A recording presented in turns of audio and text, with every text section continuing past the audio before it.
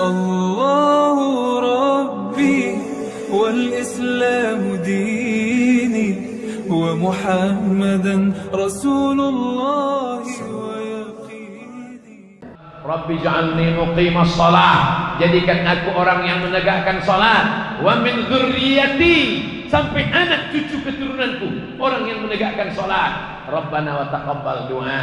Bapak-bapak yang istrinya hamil, Rabbi ja'alni muqimas shalah. Ibu-ibu yang sedang mengandung, Rabbi ja'alni muqimas shalah, jadikan aku orang yang menegakkan salat sampai anak cucu keturunanku. Tak ada gunanya. Anak kamu berapa? 3. Yang pertama pejabat, yang kedua orang kaya, yang ketiga bisnismen. Tiga-tiganya tak sholat, neraka jahanam tepatnya, menjadi keraknya api neraka. Masalakakum fi saqar, mengapa kalian tidak, mengapa kalian masuk ke dalam neraka saqar? Neraka itu pun ada nama-namanya, ada neraka jahanam, ada neraka saqar.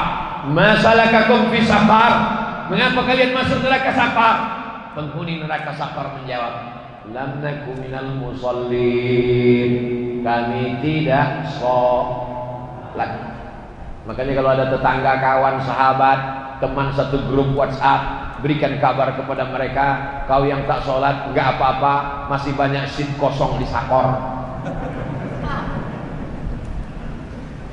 Kalau seorang bapak punya anak gadis mencari mantu, yang dicari adalah sholatnya.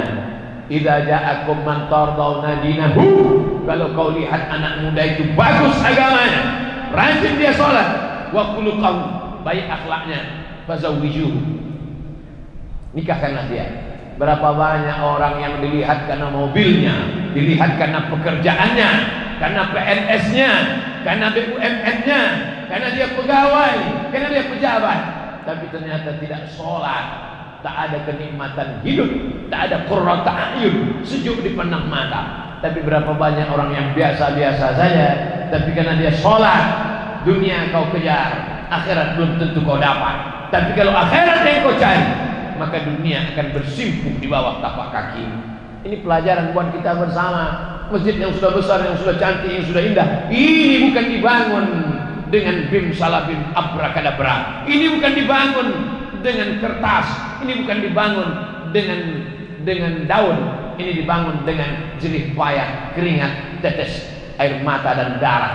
Maka kita yang sudah menikmatinya tinggal melaksanakan sholat berjamaah, rajin etika, diisi dengan tabligh akbar. Ini semua yang akan menjadi amal soleh buat kita semua. Anak-anak muda semangat cari duit, semangat bisnis, semangat entrepreneur. Kalau sudah punya uang, bangun masjid. Bangun masjidnya besar seperti ini, bangun masjidnya 2 lantai seperti ini, supaya tidak campur aduk laki-laki dengan perempuan. Bangun masjidnya cantik seperti ini, supaya apa?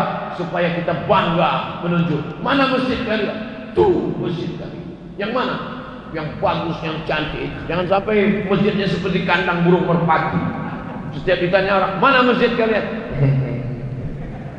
Masjidnya cantik, tapi masjidnya udah ada Pak Ustaz. Untuk apa lagi cari duit? Masjid kan sudah ada.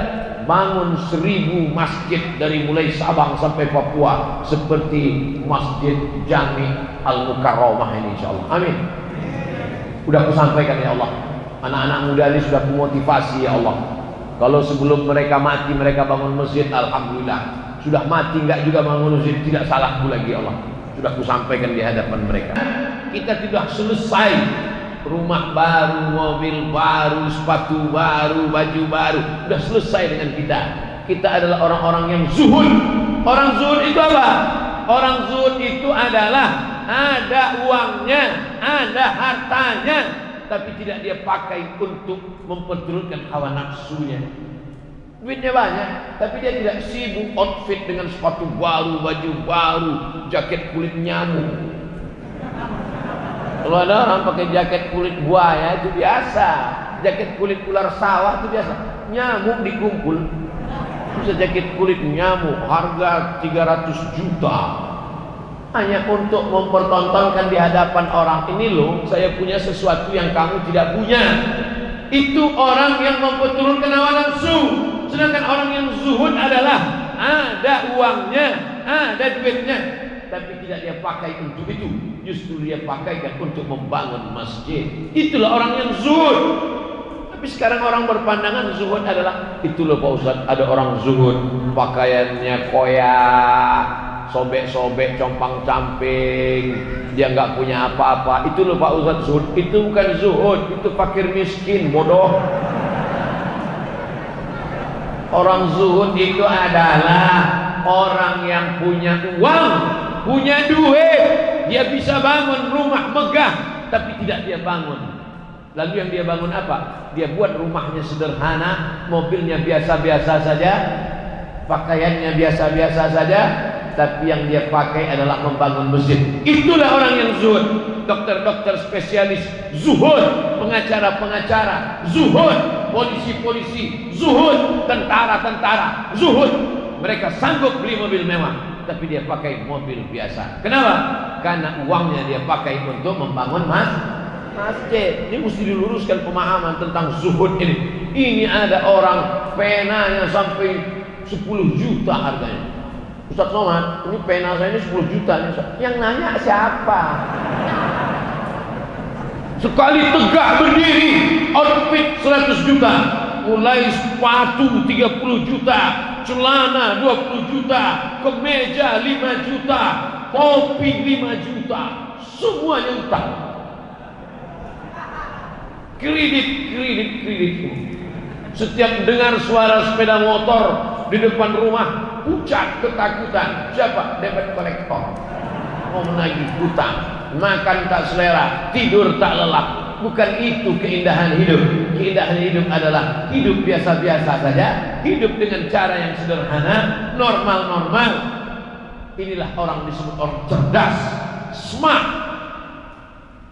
Al-Kayyis bahasa Arabnya. Siapa nama anaknya? Kayyis.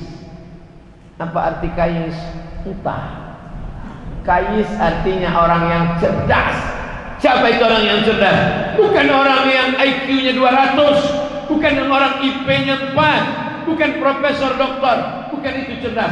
Orang yang cerdas itu siapa? Mandana nafsahu, menekan hawa nafsunya. Nafsu makannya dia tekan, nafsu keinginan beli mobilnya dia tekan, nafsu ingin punya cincin emasnya dia tekan.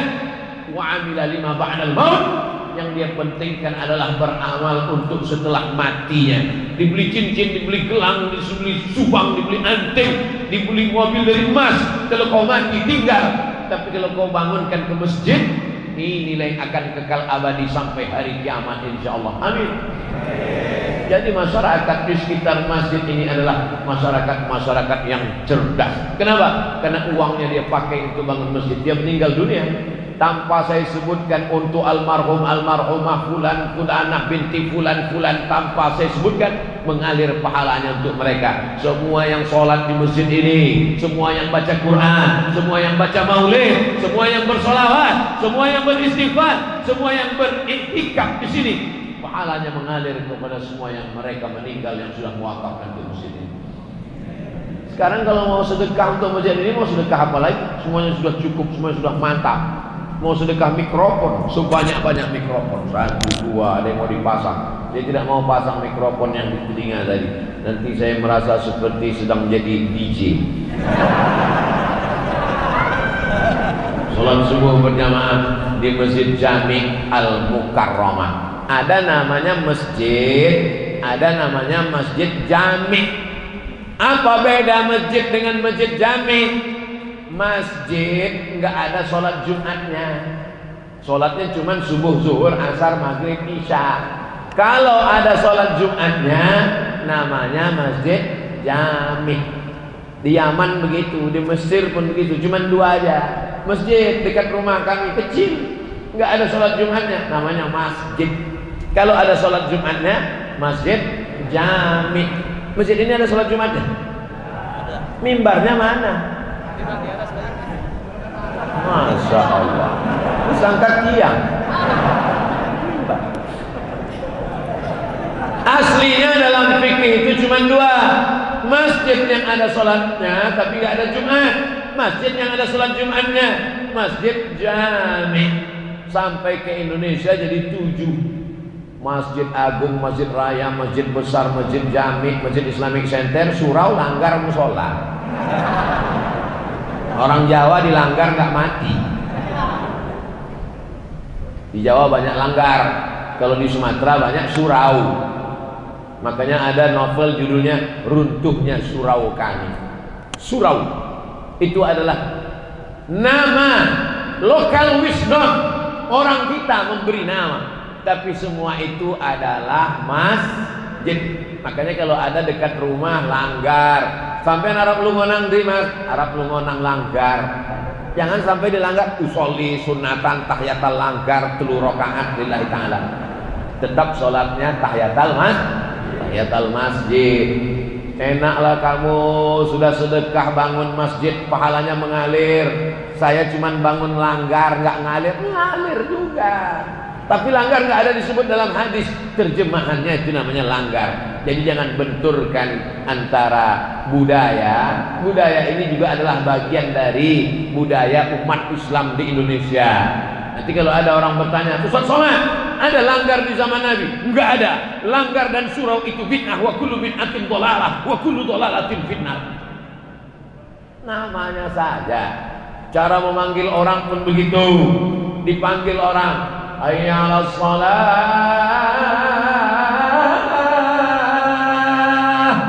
Di Makkah cukup dipanggil hayya 'alas shalah, orang bangun. Di Madinah, as-salatu khairum minan naum, bangun. Di tempat kita susah bangun, maka dipukullah itu kayu besar itu dipukul. Diambil kayu. Kita tinggal di tropis, iklim kita iklim tropis, hutannya lebat. Mana ada di Maroko pohon kayu sebesar itu? Nggak ada. Di Sudan nggak ada pohon kayu sebesar itu. Di Mesir nggak ada pohon kayu sebesar itu. Di Indonesia pohon kayu besar-besar, maka dilobangi bagian dalamnya, dipasang itu kulit kambing, maka dipasang, dipukul, itu dipukul, makanya bangun semuanya. Pukul bangun. Apa namanya? Beduk namanya, itu besar. Melihat beduk itu saya teringat masa kecil dulu. Saya kalau kami di Sumatera sholat maghrib itu jam 6.30 azan maghrib. Jam 6 saya sudah ke masjid. Masuk masjid sama kawan-kawan ke masjid, masuk ke dalam beduk. Masuk ke dalam beduk, kawan mukul di luar. Coba pukul. Masa kecil itu akan terngiang sampai besar. Melihat beduk, ingat. Anak-anak sekarang sudah lagi tidak lagi diingatkan itu. Jadi jangan dikatakan ini beduk tidak ada zaman Nabi, maka beduk ini bid'ah, wa kullu bid'atin dhalalah, wa kullu dhalalatin finnar. Kata yang udah ngasih beduk, aku sudah ngasih kayu sebesar itu, kau masukkan dulu aku ke neraka lagi. Neraka yang dimuliakan Allah Subhanahu wa taala itu hanya cara membangunkan orang, maka dipukullah dia, terbangunlah. Dan setiap daerah itu ada punya tradisi masing-masing. Ternyata satu kali pukul, saya tidak hafal itu, pukul begini itu manggil untuk sholat, pukul begini itu manggil untuk rapat, pukul begini itu manggil untuk makan bersama, pukul begini itu tanda ada orang nikah. Tahu-tahu datang orang dari kampung lain, salah pukul, sangkanya makan, pas datang mana makannya juga nggak ada. Jadi itu adalah tradisi kebudayaan lokal, kemudian masuk ke dalam masjid. Jadi kalau beduk itu dikatakan tidak ada zaman Nabi, maka sesungguhnya kubah pun juga tidak ada zaman Nabi. Ini beduk ini tambah-tambahan, maka kubah pun juga tambah-tambahan. Karena zaman Nabi Muhammad SAW tidak ada kubah. Kubah itu adalah tradisi arsitektur bangunan Bizantium. Ada seorang kaisar namanya Kaisar Bizanti. Dia membuat kota, nama kota itu menjadi Bizantium. Setelah itu ada lagi kaisar namanya Konstantin, dirobahnya kota itu menjadi nama Konstantinopel. Kotanya sama tapi berbeda kaisar. Begitu raja-raja zaman dulu, kalau dia mau buat satu kota, dibuatnya atas nama dia. Andai saya nih kaisar, raja, saya buat nama kota itu kota Somadium.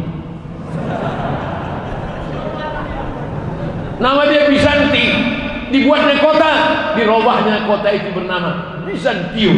Ciri khas bangunan Bizantium ada tiang melengkung. Jadi selama ini ada tiang dibuat tiang melengkung dengan batu-batu yang disusun. Batu itu dipotong, bagian bawahnya kecil, bagian atasnya besar, lalu disusun melengkung sehingga batu itu tidak jatuh ke tengah. Bisa lihat, jangan lihat sekarang, nanti lihat di Google arsitektur ciri khas Bizantium, bangunan tiang melengkung. Maka dibuatlah tiang melengkung. Itu baru ada ketika Islam sampai ke negeri-negeri jajahan Bizantium. Sebelum itu di kota Makkah tidak ada kubah.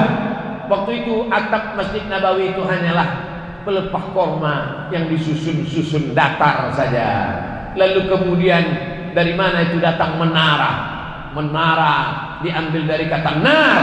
Nar artinya api. Menara, tempat api di atas, tempat api di tepi laut Mediterania.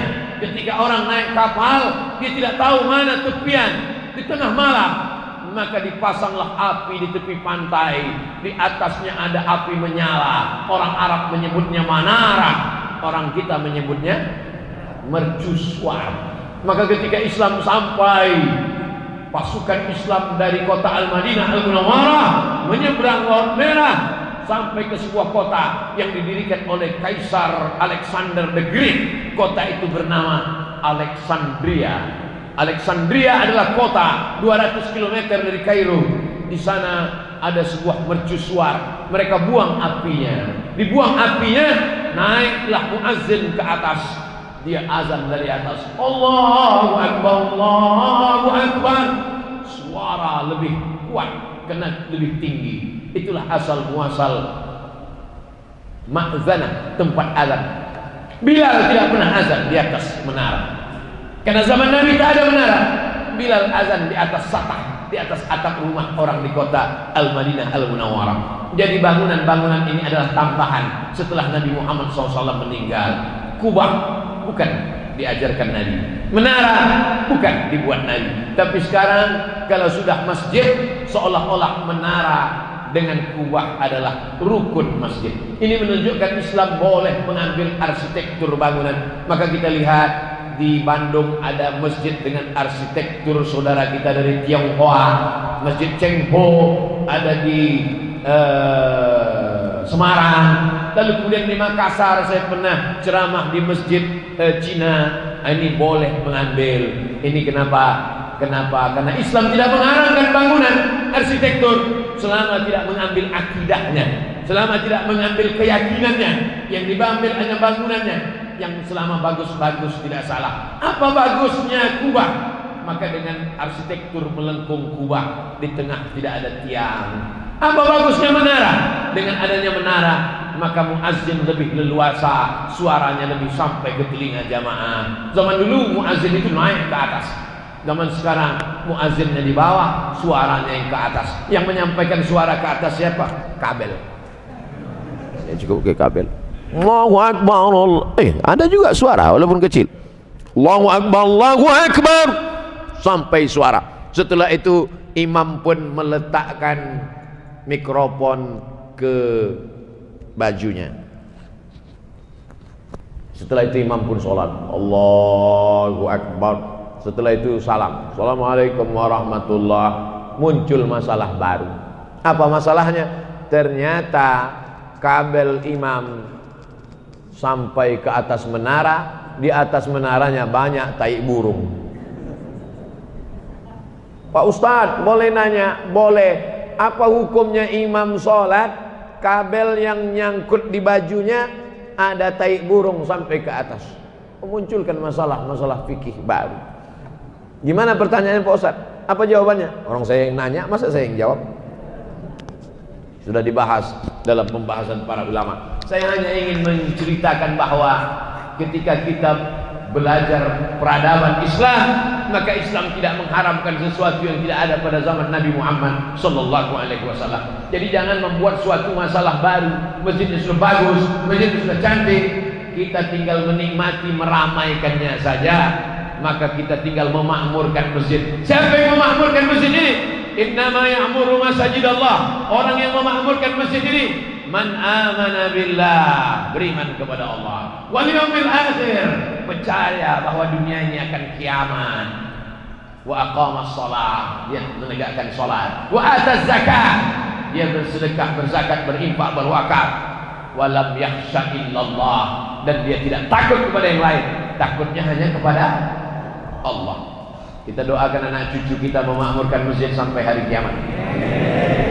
Makanya doa Nabi Ibrahim alaihissalam, Rabbi ja'alni muqimas shalah, jadikan aku orang yang menegakkan salat, wa min dzurriyyati, sampai anak cucu keturunanku orang yang menegakkan salat. Rabbana wa taqabbal du'a.